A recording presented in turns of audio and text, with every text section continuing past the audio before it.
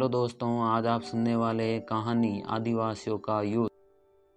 तो चलो करते हैं शुरू। रात का खाना खाने के बाद हवेली में गुप्त अंधेरा छा गया था। मेरे कमरे में एक मध्य रोशनी में लालटेन जल रही थी। बाहर अभी भी बहुत तेज बारिश हो रही थी। बारिश के छींटों की आवाज़ ऐसा लग रहा था कि आज ये अपना पूरी रात ऐसे ही कहर ढाती रहेगी। आज रात मैं पूरी हवेली में अकेला ही था, जिसकी वजह से मुझे नींद भी नहीं आ रही थी। तभी अचानक एक बार से आवाज़ आई, सुनील भाग जाओ यहाँ से। जिसे सुनते ही मैं अपने बिस्तर पर बैठ गया। मैं अपने आप से ही बुदबुदाया, ओ इतनी रात में कौन हो सकता है, वो भी इतनी तेज़ बारिश में। खैर वो जो कोई भी हो, मुझे एक बार अगली आवाज़ सुन लेनी चाहिए। यह कहकर मैं काफ़ी देर तक चुपचाप बैठा रहा, लेकिन बाहर से कोई भी आवाज़ नहीं आई। फिर मैंने सोना ही ठीक समझा और फिर मैं अपनी टांगें फैलाकर लेट गया। जैसे ही बिस्तर पर पड़े चादर को हाथ लगाकर उठाने की कोशिश की, तभी लालटेन बुझ गया। लालटेन के अचानक बुझने से मेरे शरीर में झुनझुनी सी दौड़ गई। अचानक दरवाजे पर किसी की दस्तक हुई। ऐसा लगा जैसे किसी ने अपने हाथ से दरवाजे को थपकी दी। वो तो शुक्र था कि माचिस की डिब्बी मेरे सराहने ही रखी थी। मैंने झट से माचिस की तिली जलाई और लालटेन की तरफ जाने लगा। वो लालटेन दरवाजे के पास एक खूंटी में टंगी हुई थी। मैं दबे पांव उस ओर बढ़ रहा था कि तभी मेरे मुंह से चीख निकल गई। तिल्ली के पूरी जल जाने की वजह से मेरी उंगली जल गई थी। मैंने अपनी उंगली को कुछ देर मुंह में दबाए रखा। मैंने फिर से माचिस की एक तिली निकाल कर लालटेन को फिर से जला दिया। मैंने देखा कि हवा के तेज चलने की वजह से लालटेन बुझ गया था। मैं वापस आकर बिस्तर पर लेट गया। मैंने जैसे ही अपनी आंख बंद की, वो आवाज़ फिर से आई, सुनील भाग जाओ यहाँ से। ये आवाज़ दोबारा आई तो मैं कांप गया। अरे ये आवाज़ इतने पास से कैसे आ सकती है? ऐसा लग रहा है जैसे कोई मेरे कमरे के बाहर ही खड़ा है। इस हवेली के अंदर कोई कैसे आ सकता है? कहीं मैंने दरवाज़ा खुला तो नहीं छोड़ दिया? कुछ भी हो, मुझे दरवाज़ा खोल कर देखना चाहिए। मन ही मन में मैं ये कहते हुए उस तरफ बढ़ चला। मेरे पास ही वहाँ पर टंगी लालटेन को उतारा और अपने हाथ में ले लिया। मैंने गहरी सांस ली और बोला, कौन है? मैं पूछता हूँ, वहाँ कौन है? तुम अंदर कैसे आए? मेरा ऐसा कहने के बाद दरवाजे के उस तरफ से कोई भी आवाज़ नहीं आई। इस बार मैं गुस्से से बोला, देखो मैं आखिरी बार बोल रहा हूँ, कौन हो बताओ, तुम अंदर कैसे चले आए? मैंने धीरे से दरवाजे की चिटकनी खोल कर देखा तो वहाँ पर कोई भी मौजूद नहीं था। नीचे की तरफ सीढ़ियाँ जा रही थी। मैं एक तरफ लालटेन लिए सीढ़ियों से नीचे जाने लगा। मेरे हर बढ़ते कदमों की आवाज़ मेरे कानों तक पहुँच रही थी। मैं अब नीचे पहुँच चुका था। नीचे दरवाजे के पास खड़ा था। उसे खोलते ही मैं हवेली से बाहर चला आया। बाहर आकर देखता हूँ तो दंग रह जाता हूँ कि बाहर कोई भी नहीं था। मुझे सबसे बड़ी हैरानी तो तब हुई, मैंने देखा कि बाहर तो बारिश ही नहीं हो रही। मुझे अपनी आंखों पर बिल्कुल ही विश्वास नहीं हो रहा था। मेरी इन बातों पर विश्वास करना बहुत मुश्किल हो रहा था। फिर भी मैंने नीचे झुककर ज़मीन को देखना चाहा। मैंने ज़मीन को छूते ही कहा, अरे यहाँ तो ज़मीन बिल्कुल सूखी हुई है। भला ये कैसे हो सकता है? इतनी देर से बारिश हो रही थी। मैंने खुद अपनी आंखों से बारिश को होते हुए देखी थी और बिजली कड़कते हुए भी। कहीं मैं कोई सपना तो नहीं देख रहा? ना ना, ये नहीं हो सकता। मैंने बिल्कुल अपने चेहरे पर बारिश की बूंदों को महसूस किया था। मैं ये कहकर खड़ा हुआ ही था कि हवेली के मेन गेट के पास सफ़ेद छाया खड़ा हुआ था। चांदनी रात थी, जिसकी वजह से वो साफ साफ नज़र आ रहा था। उसे देखते ही मैंने बोला, कौन है वहाँ पर रात के इस वक्त? वहाँ क्या कर रहे हो? उसने जवाब में कुछ नहीं बोला। मैंने घड़ी में वक्त देखा तो रात के ठीक 12 बजे थे। मैंने लालटेन को वहीं रखा और उस तरफ जाने लगा। मेरे दिल में विचार आया कि मुझे उस तरफ नहीं जाना चाहिए, लेकिन दूसरी तरफ मेरा दिमाग कह रहा था कि मुझे जानना चाहिए कि वह सफ़ेद चादर में कौन है। तो फिर क्या था? इस बार भी दिल के फैसले पर दिमाग हैवी हो गया और मैं उस अजनबी छाए के सामने था।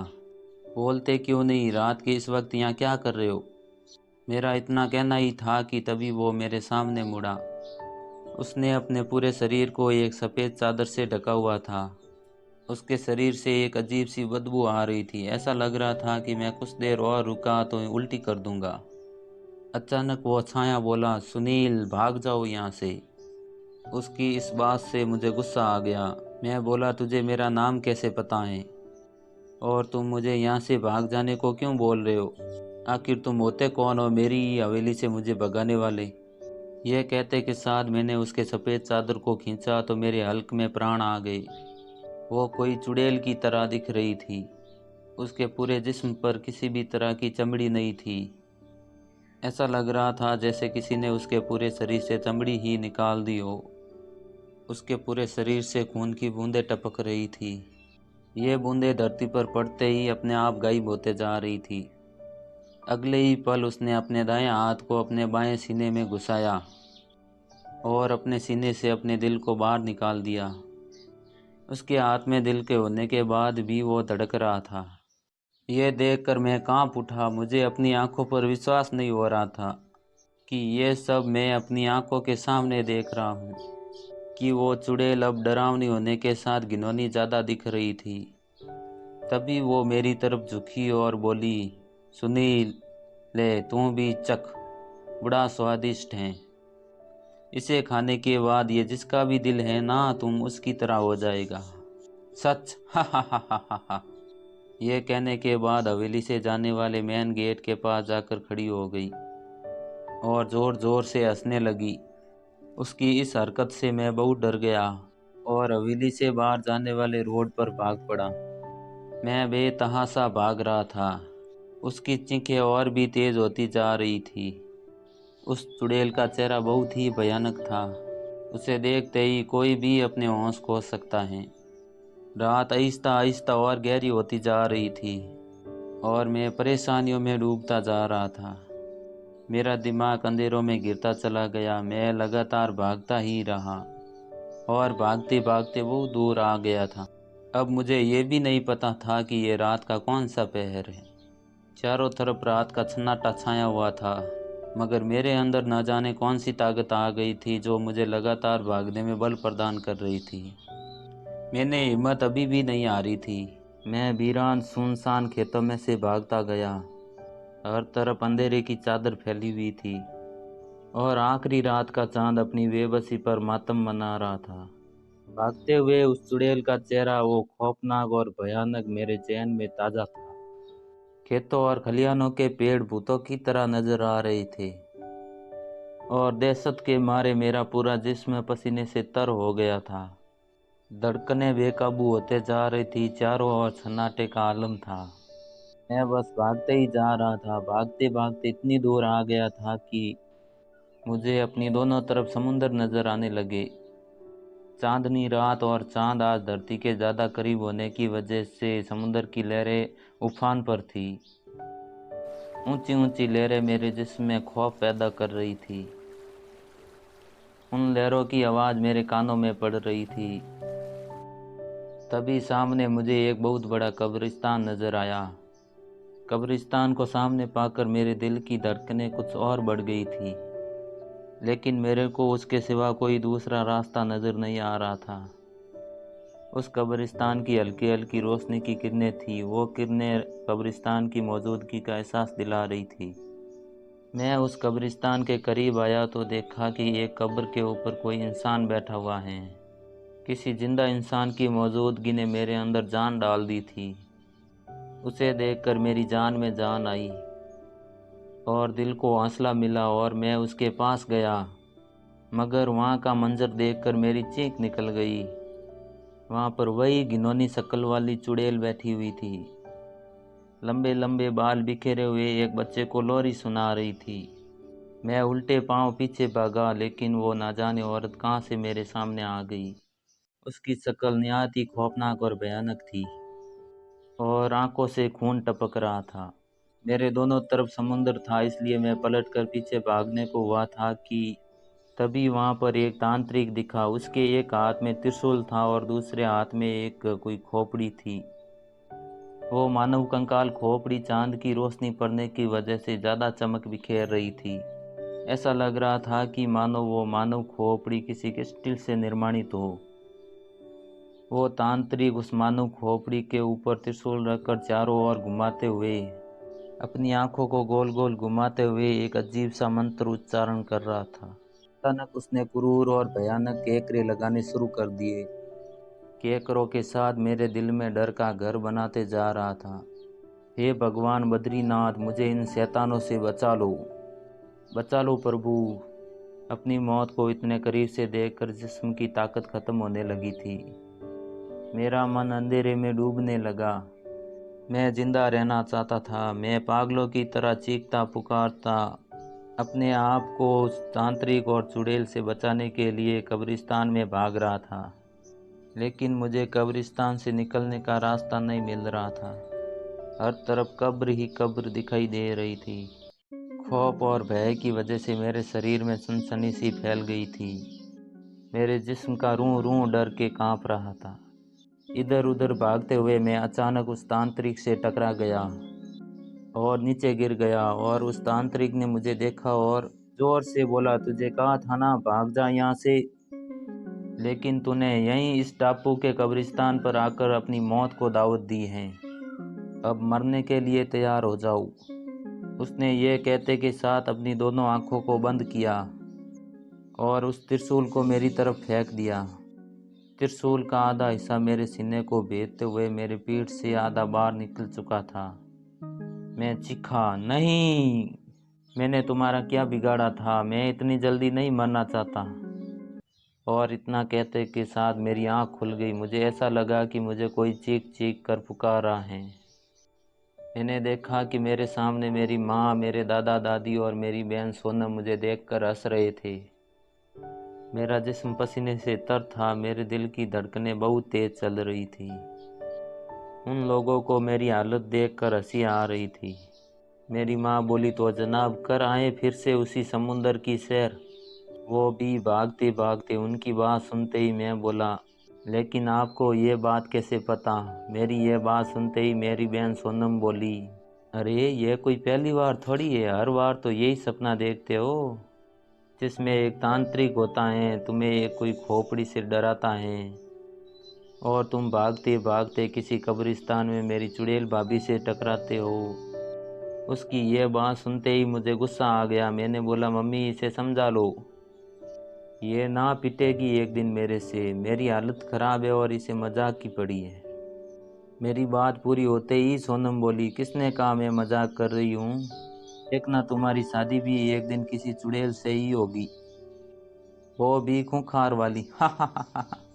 मुझे क्या पता था कि सोनम की गई मजाक में बात भी सच होगी और वो चुड़ैल मेरे कैसे पल्ले पड़ने वाली थी, इसका जवाब तो आने वाले वक्त के पास ही था। मगर मम्मी ने सोनम को अपनी आंखें दिखाते हुए बोली, सोनम अब चुप हो जाओ, ऐसा नहीं बोलते, तुम्हें पता है ना, पूरे दिन में एक ऐसा वक्त आता है जब माँ सरस्वती जिबा पर वास करती है। खुदा ना करे ये वक्त वही हुआ तो सच में लेने के देने पड़ जाएंगे। इसलिए बेटी कभी भी किसी के लिए बुरा नहीं बोलते। चलो तुम्हें अब निकलना था ना, मैं तेरे लिए किचन से नमकीन और बिस्किट लेके आती हूँ। यह कहकर मम्मी किचन की तरफ चली गई। मेरे दादाजी बोले, अरे सुनील, तुम तो थोड़ी देर से दिल्ली निकलने वाले थे, फिर तुम्हें नींद कैसे आ गई? मैं उनका जवाब देते हुए बोला, वो दादाजी, मुझे निकलने में 1.5 घंटे का समय था, तो सोचा तब तक कोई मूवी देख ली जाए। तो मैं मोबाइल में मूवी देखने लगा। सोनम को इसी मौके की तलाश थी और वो फिर से अपना मोर्चा संभालते हुए बोली, पता है दादाजी, जनाब कौन सी मूवी देख रहे थे? वो क्या नाम था उसका? हाँ, ड्रैकुला। तभी दादाजी ने अपनी दोनों भौहें ऊंची चढ़ाते हुए बोले, ऐसी मूवी देखते हो तभी दिमाग में इस तरह के ख्याल आते हैं। इस तरह की मूवी नहीं देखनी चाहिए, दिमाग पर इसका बुरा असर पड़ता है। मैं उनकी बातों को इनकाउंटर करते हुए बोला, मैं आपकी बातों को मानता हूँ, लेकिन दादाजी मैं इस हॉरर मूवी को आज ही देख रहा था। लेकिन आपको तो पता ही है, मुझे हमेशा से एक ये सपना आता रहा है जहाँ पर मैं एक बहुत बड़ा समुंदर देखता हूँ, फिर मैं किसी टापू पर हूँ और इतना ही नहीं, उस टापू के आलीशान हवेली को भी देखता हूँ। उसके बाहर एक अजीब सी चुड़ैल को भी देखता हूँ जिसके शरीर पर किसी भी प्रकार की चमड़ी नहीं होती है, उसको भी देखता हूँ। और एक तांत्रिक के पास अजीब सी एक क्रिस्टल खोपड़ी को भी देखता हूँ। वो सभी मेरे पीछे भागते हैं। मुझे इस सपने का मतलब नहीं समझ आता, आखिर ये सब मेरे पीछे क्यों भागते हैं। मेरे दादाजी मेरी बात सुनते हुए बोले, बेटा मैं इतना ही कहूँगा, कोई सपना अलग अलग आए तो लोग भूल ही जाते हैं, क्योंकि उस सपने का कोई मतलब नहीं रहता। लेकिन तुम्हारे एक ही सपने का बार बार आना इस बात को प्रमाणित करता है कि तुम बहुत जल्द समुद्र, तांत्रिक और परलौकिक शक्तियों से सामना करने वाले हो। तो सुनील, मैं तुम्हें सावधान करना चाहता हूँ कि तुम्हारा आने वाला समय तुम्हारी कड़ी परीक्षा लेगा। तुम्हें अब अपने आप को मानसिक तौर से तैयार कर लेना चाहिए। मैं चाहूँगा आज से ही कमर कस लो। अरे कहाँ जाने के लिए कमर कसवाई जा रही है, कोई हमें भी तो बताए। मम्मी यह कहते हुए कमरे के अंदर दाखिल हुई। तभी दादाजी बात बदलते हुए बोले, वो मैं सुनील को बोल रहा था कि इतनी दूर जा रहा है, अपना ख्याल रखना और यूं ही सोते मत रह जाना। इनका इतना कहना था और मैं और सोनम हंस पड़े। सोनम मेरी तरफ देखकर हंस रही थी। शायद वो ये जताना चाह रही थी कि यह बात कहीं मैंने कही होती तो मम्मी को सब सच सच बता देती। मम्मी मेरी तरफ नमकीन और कुछ बिस्किट बढ़ाते हुए बोली, अरे वो देखो, घड़ी में 9:30 बज चुकी है, जल्दी से इसे रख वरना तेरी बस निकल जाएगी। उनकी इतनी बात सुनते ही मैं बोला, वो 10:30 बजे की बस है माँ, अभी बहुत टाइम है। तभी सोनम बोली, हाँ हाँ सच कहा भैया आपने। तब तक वो क्या नाम था उस मूवी का, हाँ ड्रैकुला, वो पूरी कर लो। उसकी इतनी बात सुनते ही गुस्सा आ गया मुझे। मैंने कहा, माँ इसे समझा लो वरना जाते जाते इसको ही ड्रैकुला बनाता जाऊंगा। मेरी बात खत्म होते ही सोनम मुझे चिढ़ाते हुए बोली, हाँ आया बड़ा ड्रैकुला बनाने वाला, पहले अपनी सपनों वाली चुड़ैल से तो मिला और आते वक्त उस चुड़ैल को साथ लेके आना और फिर जो मर्जी हो उसे बनाते रहना। उसकी इस बातों ने मुझे और गुस्सा दिला दिया। फिर मैंने उसको पकड़ने के लिए जैसे ही आगे बढ़ा, तभी माँ ने कहा, अरे अब बस भी करो लड़ना, वापस आकर जितना मर्जी हो उतना लड़ लेना। तुम अब निकल जल्दी, वहाँ आधा घंटा पहले पहुँच जाएगा ना तो कोई बड़ी बात नहीं हो जाएगी। वैसे भी रात में ऑटो कम मिलते हैं, यहाँ से जा अब बेटा तू। उनकी यह बात सुनते ही मैंने अपना पिट्ठू बैग पीछे टांगा और माँ और दादाजी के पैर छूते हुए कहा, ठीक है माँ चलता हूँ, वहाँ पर पहुँचकर फ़ोन करूँगा। मेरी माँ ने आखिरी बार कहा, ठीक है जा, अपना ध्यान रखना और खाने पीने की चीज़ों में बिल्कुल भी लापरवाही मत करना। मैं अब घर से निकल चुका था। अपने घर के बाहर ही ऑटो आसानी से मिल चुकी थी। मैंने घड़ी में देखा तो 10:45 हुए थे। रात के समय ट्रैफिक बहुत कम था। मेरे दिल में आज अजीब सी बेचैनी थी। आज ऐसा लग रहा था कि आज कुछ गलत होने वाला है। मेरा दिल कह रहा था कि घर वापस लौट जाऊं, लेकिन एक तरफ दिमाग इसकी परमिशन नहीं दे रहा था। वैसे भी मैं अब घर से निकल चुका था। फिर वापस जाने से ही कई तरह के सवालों का सामना करना असंभव है। तो फिर मैंने अब सब किस्मत के भरोसे छोड़ दिया। उम्मीद है आप सभी दोस्तों को ये कहानी पसंद आ रही होगी। ये कहानी एक आदिवासी और इंसान के बीच की है। आदिवासियों के टापू पर जाने के बाद क्या होता है, इस कहानी का अगला भाग आपको जल्द ही मिल जाएगा। प्लीज़ दोस्तों हमारे चैनल SK हिंदी कहानी को सब्सक्राइब करें ताकि आपको हम जल्द ही ऐसी कहानी लगातार अगला भाग देते रहें।